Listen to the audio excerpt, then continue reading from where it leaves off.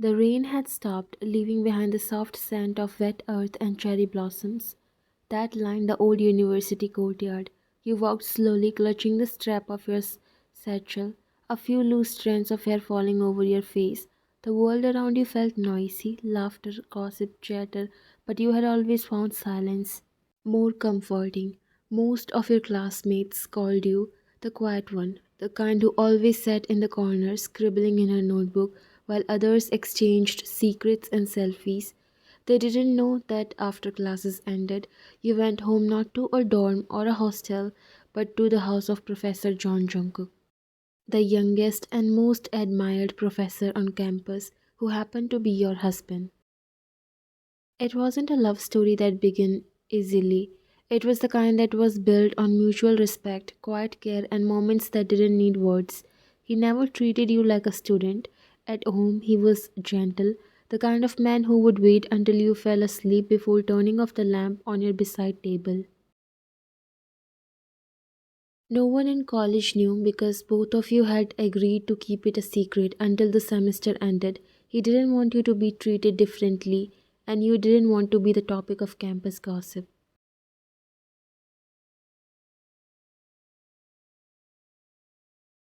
Still, every time you walked into his class, your heartbeat changed rhythm. His voice, low, calm, confident, carried warmth only you could notice. Sometimes your eyes met for just a second too long, and you had to look away before someone noticed.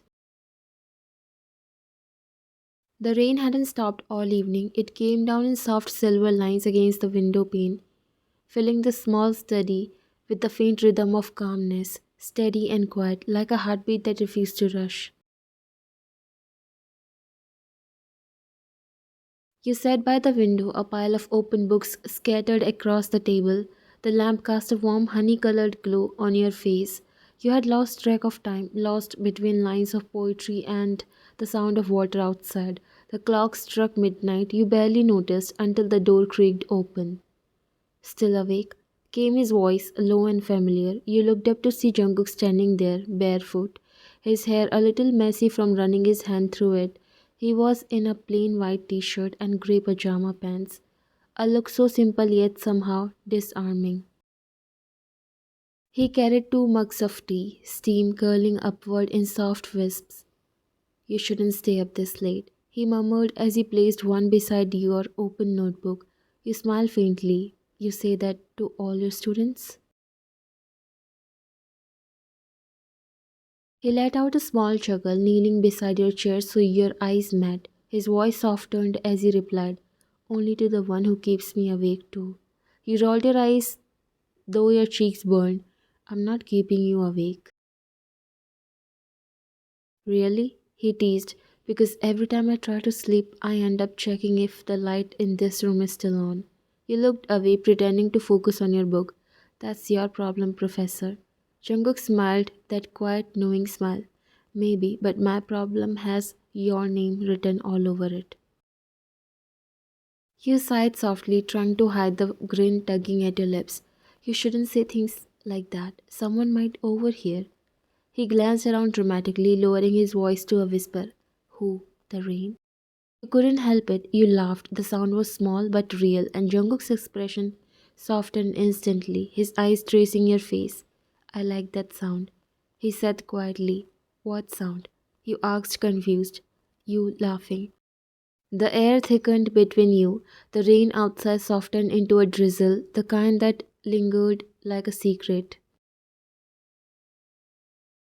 He leaned one arm on the back of your chair, his gaze still gentle. You work too hard, even after studying all day. You come home and bury yourself in books again. You shrugged lightly. It helps me think. Helps me. Forgot for a while. He tilted his head. Forget what? You hesitated. Your fingers traced the edge of a page. That I have to pretend in front of everyone. That I have to act like you are just another professor. Jungkook's jaw clenched, not out of anger but something deeper. He reached out, hesitating only for a moment before tucking a loose strand of hair behind your ear. I hate that too, pretending, watching you walk past me in the hall like you don't even know me. You looked at him, your heart squeezing. We agreed, remember? It's safe this way. People talk. They would never understand.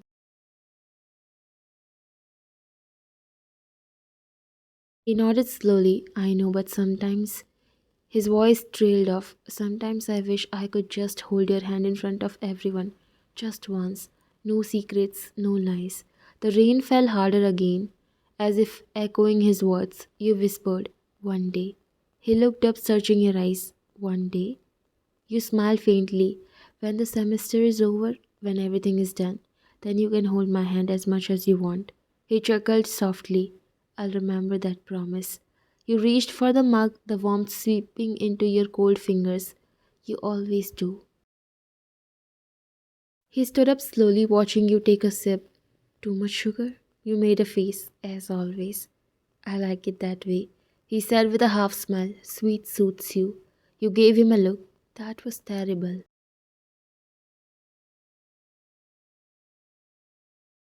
He laughed, a low, warm sound that filled the small study. Then, without a word, he walked behind you and gently placed his hands on your shoulders. His thumbs traced slow circles, easing the tension you didn't know you carried. "You are cold," he murmured. "It's the rain. Or maybe," he said softly, leaning close enough for his breath to brush your ear, "you miss me, even when I'm right here." You froze, your breath hitching just slightly. He smiled at your silence, pressing a light kiss to your hair before pulling away. "Finish your chapter and go to bed, Mrs. John," he said teasingly, his voice now warm and low. You turned to look at him, pretending to be annoyed. "You shouldn't call me that here," he winked. "There's no one here but us, and I like reminding you." You watched him leave the room, his footsteps fading down the hall. The sound of rain filled the space again, and your lips curved into a soft smile, and you whispered to yourself, "Good night, Professor."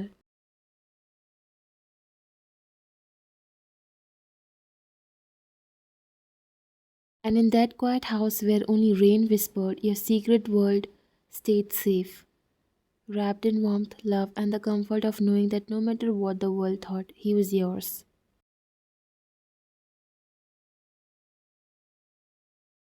Spring had arrived with its soft sunshine and laughter that carried across the bus windows. Your class was going on a 1 day trip to a country at the resort, and though you didn't like crowds, attendance was compulsory. You chose a seat by the window, your earphones in, watching trees blur into green streaks. The others were busy taking selfies, making plans, and whispering about which professor would be joining them. When the door opened and Jungkook stepped in casual jeans and white shirt, and a soft black jacket, the bus erupted with excitement. You froze. He was supposed to take another batch. He gave a polite smile to the class and greeted everyone before taking a seat a few rows ahead, far enough to keep your secret safe, yet close enough for you to feel his presence like a steady heartbeat. That evening, when the group gathered around the campfire, you excused yourself quietly and walked toward a flower garden near the lake, the golden light of sunset reflecting on the water as you opened your book, losing yourself in the words. The world around you faded until a familiar voice broke the silence. "Still reading?" A voice came, warm and teasing. You looked up, heart skipping a beat. Jungkook stood there, hands in his pockets, sleeves rolled up, the sunlight turning his hair a soft brown. He didn't look like a professor, not right now. He looked like the same boy who kissed your forehead every morning before you went to class, pretending not to know each other once you stepped through the gates. "I told you I would find you hiding here," he said with a soft smile. You closed your book gently, trying not to look flustered. "I wasn't hiding, I was taking a break." He tilted his head slightly. "You always take breaks away from people." "I like peace," you murmured. "Then I guess I should leave before I ruin it." He teased. You shook your head. "You don't ruin anything. And stop teasing me."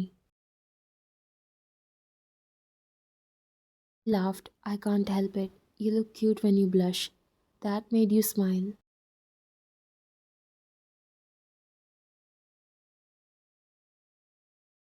A fellow professor called him from a distance. Jungkook looked at you.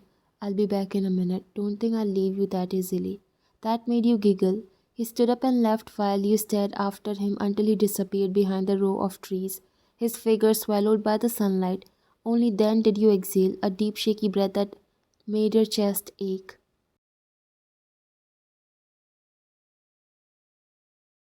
You weren't supposed to feel this fluttering warmth every time he looked at you like that.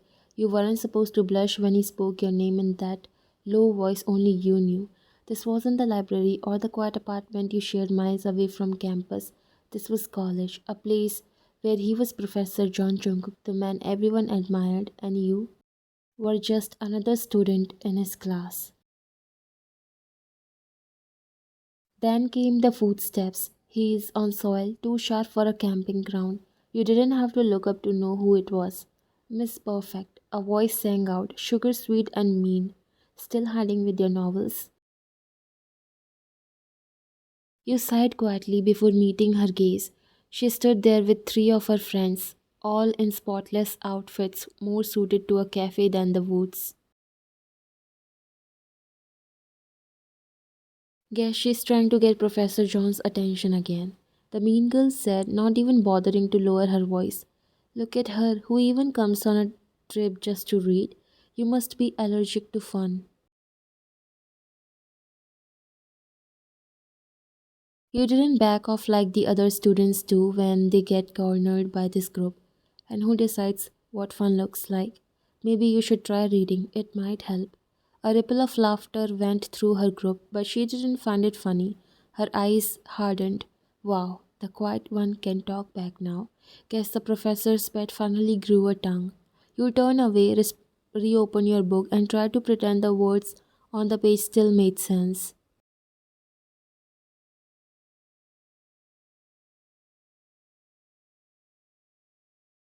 What's the matter? She kept going.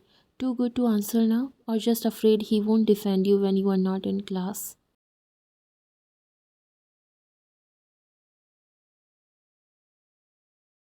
Their laughter stung more than the words themselves. You tried to steady your breathing. Jungkook was still talking to the other faculty near the tents.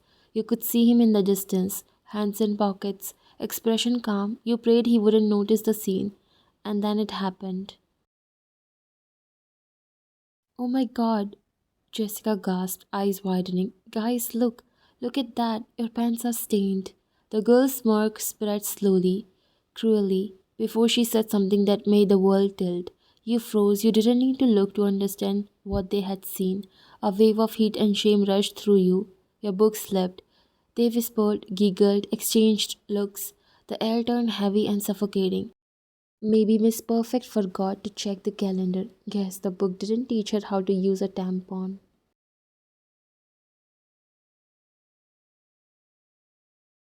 Your throat tightened, your heart pounding with humiliation. You tried to stand to cover yourself, but a voice came. Is there a problem here?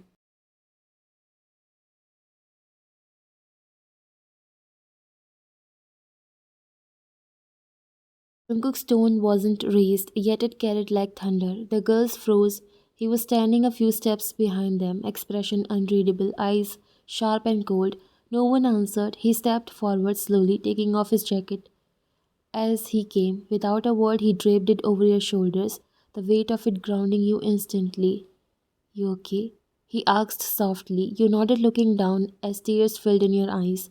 His jaw clenched as he turned toward the group of girls.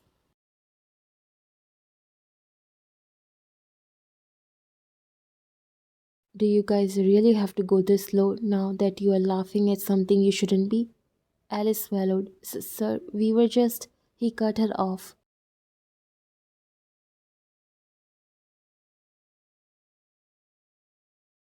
Apologize, he said, voice calm but absolute. They hesitated, but he raised his voice, startling them. Now.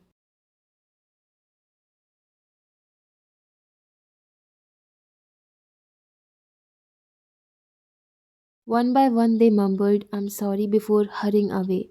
Their earlier confidence evaporated. The others near the campfire had turned to look.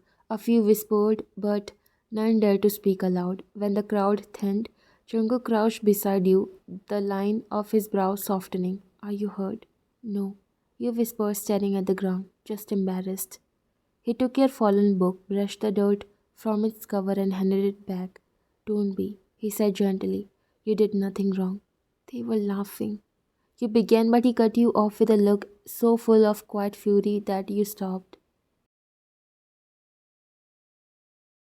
Let them, let the small minds laugh. They'll forget by morning. But you, he hesitated, then added softly, you'll walk with your head high. You owe them nothing. You blinked hard, trying not to cry. The rain from the afternoon had left dew on the grass. It sparkled around you like 1,000 tiny stars.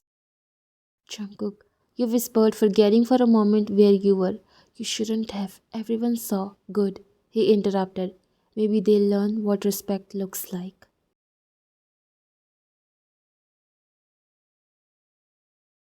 He stood and offered his hand. You hesitated, then took it. He helped you up carefully, making sure the jacket covered you completely. Keep this on. I'll bring the bus blanket for you too. You nodded, clutching the jacket tightly around you. You walked beside him toward the bus, the campfire noise slowly fading. A few students stepped aside to let you pass. No one said a word.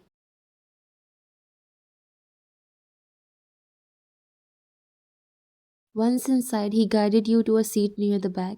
The silence between you was different now, gentle, protective. He knelt slightly, his voice low. Are you okay? You nodded, though your throat felt tight. I didn't want anyone to see me like that. They didn't see you. They saw their own cruelty. That's on them, not you. You looked down, your eyes filling again. I hate that you had to step in. He shook his head. I hate that I wasn't there sooner. For a moment, he just watched you, his expression unreadable. Then his tone softened. You know what I thought when I saw you under that tree? What?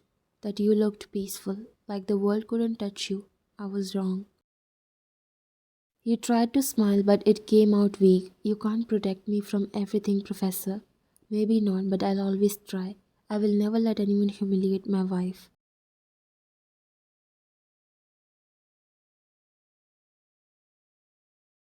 The bus door shut behind you, cutting off the outside noise.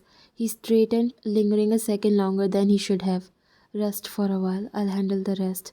Also, if you have to change, you nodded. Okay then, tell me if you need anything else.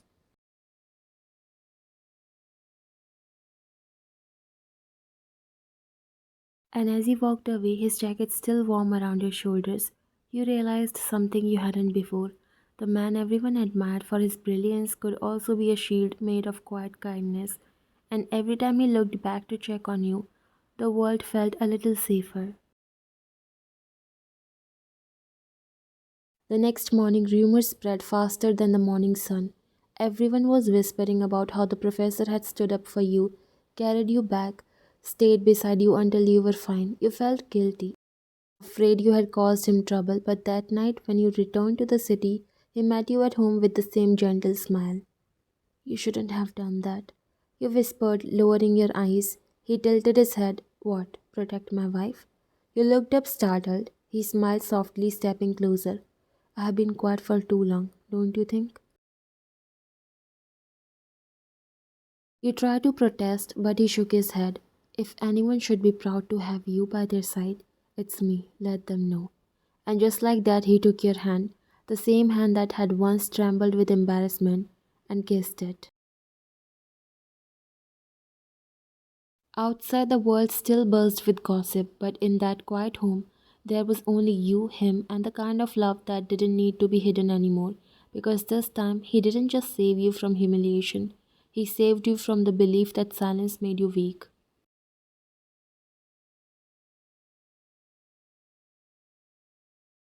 It was the beginning of being seen as yourself and his.